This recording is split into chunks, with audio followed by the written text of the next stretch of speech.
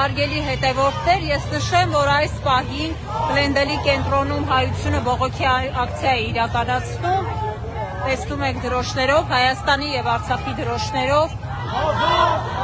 թե երիտասարդությունը, թե մեծահասակները հավաքվել են իրենց բողոքի ձայնը բարձրացնելու առ այն, որ Արցախը փորձում են հանձնել թշնամուն եւ թողնել Ադրբեջանի կազմում։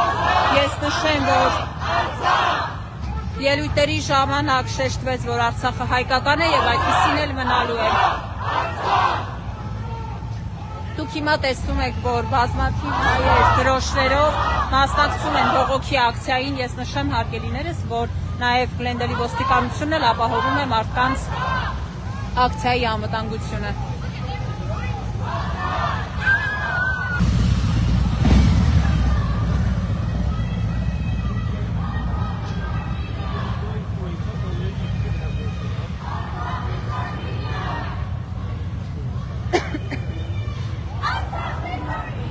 Արցախը Հայաստան է կոչել են այս պահին հնչում։ Ես նշեմ, որ բազմաթիվ ելույթներ եղան երիտասարդության կողմից եւ իրենք շեշտում են, որ Արցախը հայկական է եւ պետք է պայքարեն։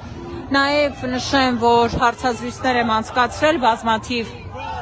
ակցիայի մասնակիցների հետ։ Իրենք պնդում են, որ շարունակելու են պայքարել հայոց ցեղասպանության ճանաչման համար, անկախ նրանից,